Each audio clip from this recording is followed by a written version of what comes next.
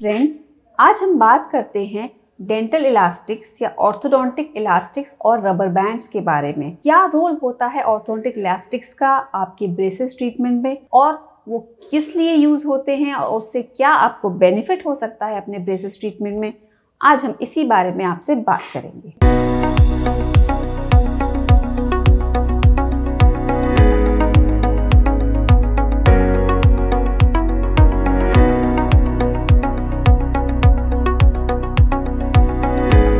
Hello friends, my name is Dr. Pooja and I welcome you all back again to my channel. Friends, आज हम बात करते हैं dental elastics या orthodontic elastics और rubber bands के बारे में। क्या रोल होता है ऑर्थोडोंटिक इलास्टिक्स का आपके ब्रेसेस ट्रीटमेंट में और वो किस लिए यूज होते हैं और उससे क्या आपको बेनिफिट हो सकता है अपने ब्रेसेस ट्रीटमेंट में। आज हम इसी बारे में आपसे बात करेंगे। तो फ्रेंड्स, जैसा आप सब जानते हैं कि ब्रेसेस ट्रीटमेंट आपके टीथ और जॉ के अलाइनमेंट को ठीक करता है। आपके जॉ की जो भी मिस अलाइनमेंट है, चाहे वो किसी भी फॉर्म में हो, आपका जॉ आगे हो या आपका लोअर जॉ पीछे हो या आपकी डेंटल क्राउडिंग हो या जो भी इश्यूज हैं, वो आपके ब्रेसेस की सहायता से ठीक हो सकते हैं। ब्रेसेस यानी ब्रैकेट्स आपके दांत पर एक स्पेशल ग्लू से बॉन्ड कर दिए जाते हैं और उसके साथ एक वायर को अटैच किया जाता है जो डिफरेंट टाइप्स के फोर्सेस लगाकर आपके टीथ को एक न्यू पोजीशन में सेट करता है। तो फ्रेंड्स, इसी के साथ ट्रीटमेंट में हम लोग आपको ऑर्थोडोंटिक इलास्टिक्स भी एडवाइस करते हैं। ये इलास्टिक्स आपको ट्रीटमेंट के स्टार्टिंग में या फिर एक कुछ टाइम पीरियड ओवर होने के बाद भी आपको एडवाइस करी जा सकती हैं। फ्रेंड्स, ये इलास्टिक्स आपको एक शॉर्ट टाइम के लिए भी दी जा सकती हैं या फिर आपको कुछ मंथ्स के लिए भी इनका यूज करना पड़ता है। तो बने रहिए हमारे साथ और आज हम जानते हैं what is the role of dental orthodontic elastics in braces treatment. तो फ्रेंड्स, ये जो ऑर्थोडोंटिक रबर बैंड्स हैं, ये आपके माउथ के स्पेसिफिक एरियाज पर यानी कुछ पर्टिकुलर एरियाज पर इंक्रीज्ड फोर्सेस लगाने के लिए यूज किए जाते हैं। ये रबर बैंड्स आपके ब्रैकेट और बैंड्स में जो हुक दिए होते हैं उनके साथ एंगेज करे जाते हैं।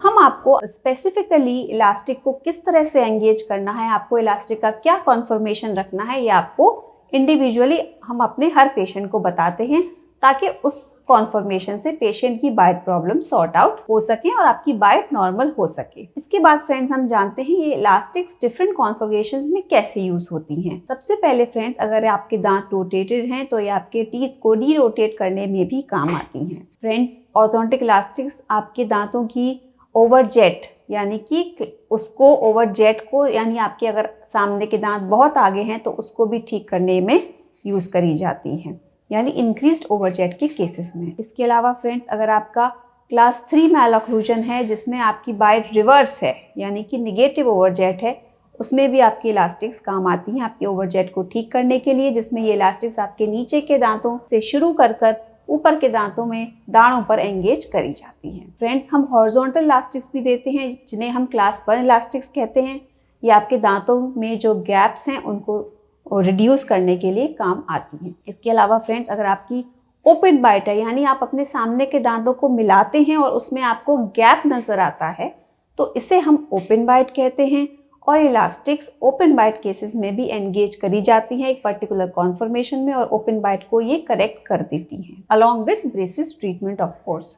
एंड इसके अलावा फ्रेंड्स, अगर आपकी क्रॉस बाइट है यानी आपके जबड़ों का अलाइनमेंट ठीक नहीं है, आपके जबड़े जो हैं वो रिवर्स अलाइनमेंट में हैं, तो भी आपको हम क्रॉस बाइट इलास्टिक्स देकर आपके जबड़े के अलाइनमेंट को ठीक कर सकते हैं।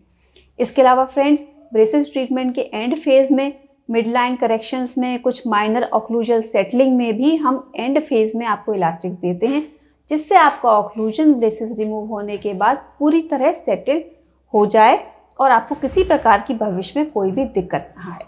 तो फ्रेंड्स, ये मैंने आपको इलास्टिक्स के बारे में कुछ बताया इंपॉर्टेंट पॉइंट्स। नेक्स्ट फ्रेंड्स, मैं आपको बताती हूँ डिफरेंट टाइप्स ऑफ इलास्टिक्स, इनको हम क्लासीफाई और यूज कैसे करते हैं। फ्रेंड्स, इलास्टिक्स को हम ब्रेसेस ट्रीटमेंट में उनके फोर्स और उनके साइज और मटेरियल के बेस पर यूज कर सकते हैं। Elastics different types of force exit करती हैं जिसमें कुछ हैवी फोर्सेस होते हैं जिनकी हमें नीड होती है बाइट करेक्शन के लिए, कभी हमको नीड होती है मीडियम रेंज के फोर्सेस की और कभी कभार हमको लाइट फोर्सेस की भी नीड होती है।